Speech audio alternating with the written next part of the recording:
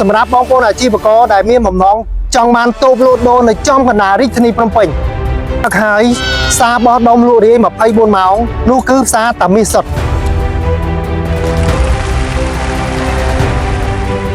តាមាសសុទ្ធគឺជាផ្សារបង្កើតឡើងដោយកូនខ្មែរមានលក់ទំនិញដូចជាបន្លែផ្លែឈើត្រីសាច់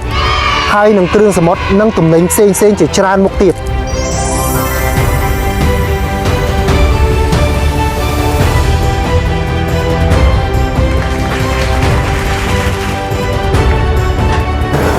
នេះជាដំណឹងល្អសម្រាប់បងប្អូនអាជីវករលក់ដូរ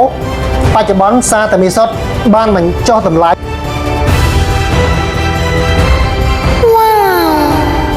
ទីតាំងស្ថិតនៅក្នុង